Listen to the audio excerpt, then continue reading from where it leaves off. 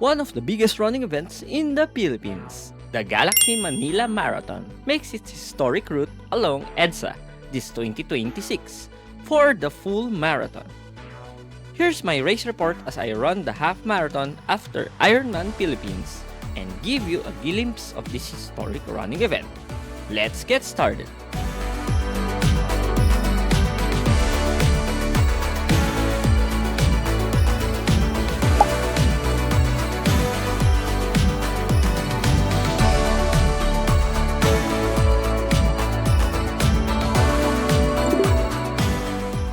One thing that caught many runners by surprise was the change of date for the Galaxy Manila Marathon.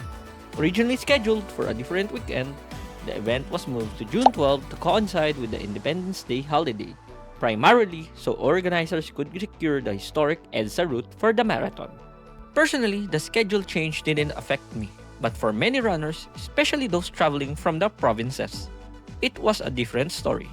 Some had already booked hotels, transportation, and even flights, making the sudden announcement understandably frustrating.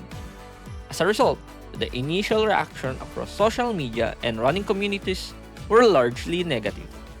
However, things started to change once runrio officially revealed the participants would be running along EDSA. The opportunity to race on one of the country's most iconic roads is something that rarely happens. And for many runners, that unique experience helped soften the disappointment caused by the schedule change.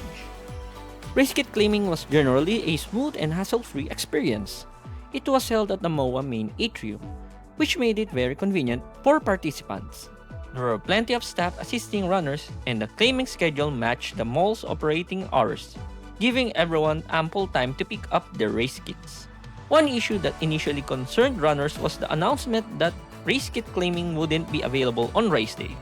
Fortunately, the organizers later revised this decision and opened the race day claiming at the MOA concert grounds, providing a good alternative for those who couldn't make the earlier claiming schedule. As for the race inclusions, I was generally impressed.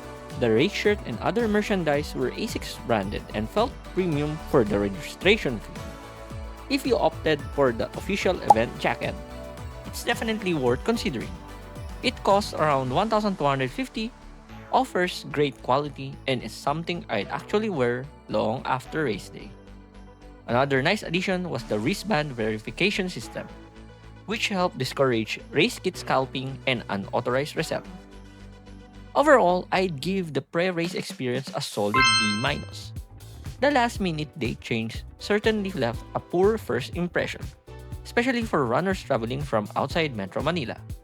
However, the efficient race kit claiming process, premium race merchandise, and thoughtful improvements like the wristband system help redeem the overall experience and reinforce why this remains one of the country's premier running events. Now let's talk about the race experience for the half marathon. It was the largest race category of the event, with around 9,000 participants spread across roughly 8 to 10 starting waves, even surpassing the marathon, which had around 8,000 runners. Since I ran the half marathon, I'll mainly be sharing my experience. As for the 42K marathon, the feedback across social media was fairly consistent.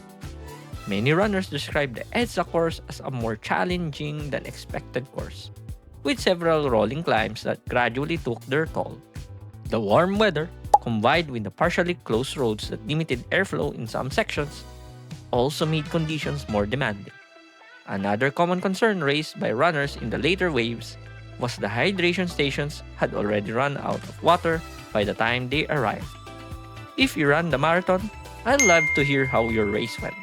Share your experience in the comments below so everyone can get a broader perspective on this historic event. The half marathon course was generally flat, making it one of the better routes in Metro Manila if you're chasing a personal best. The route took runners along the scenic Rojas Boulevard before passing through the historic streets of the Intramuros, then looping back to the Mall of Asia complex for the finish line. Hydration sessions were plentiful, the roads were mostly closed to traffic, and the overall course felt safe and easy to navigate from start to finish. I was still recovering from Ironman Philippines just a week earlier, so I wasn't expecting a fast time. Even so, I was pleasantly surprised to finish in under 2 hours, which I'm more than happy with considering the circumstances.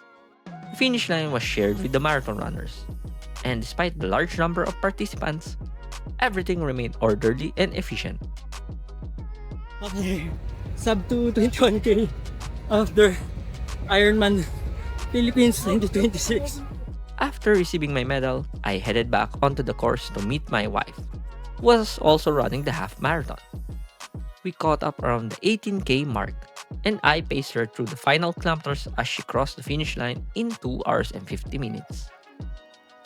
As expected from runrio, the finisher's medal was excellent in both design and quality, and the post-finish flow from medal distribution to recovery was smooth and well managed.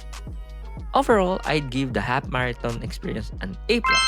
From the fast and scenic course to the ample hydration, safe road closures, and well-executed finish line operations, it delivered a race experience that lived up to the expectations of one of the country's premier running events. Now let's talk about the post-race experience, and once again, Run Rio delivered one of the best organized race villages in the country. One decision I really like was separating the 21K and 42K finishers from the 5K and 10K participants. It helped prevent overcrowding, making it much easier for runners to move around, recover, and claim their finisher entitlements without the usual congestion you see at large events. Despite having more than 15,000 finishers across the half and full marathon categories, the entire claiming process was remarkably smooth. Collecting the finisher bag and finisher shirt was efficient and fast, with virtually no queues by the time I went through the process. The finisher shirt was another highlight. The quality was excellent, and just like the race kit, it reflected the premium standard that Run Rio constantly delivers for its major events. Overall, I'd give the post-race experience an A+. From the well-planned race village layout to the seamless claiming process and high-quality finisher merchandise, everything was executed efficiently and provided a great ending to a memorable race day. Some final thoughts of the 2026 Galaxy Manila Marathon. For an event of this size, I would say it's pretty much a positive experience. There were a couple of issues like the sudden date change and lack of hydration for the later waves of the full marathon. But overall, I would give Run Rio a thumbs up for a job well done. Having done the Berlin Marathon last year, which is a world marathon major, I would say we're still far ahead as being considered, as the EDSA route needs to improve. But hopefully in the future, it gets more support from the government. Who knows, maybe in the future, we might get considered for a marathon major. Thanks for watching, and I hope you liked the race report video. Please like and subscribe for more running and triathlon videos. See you on the next race.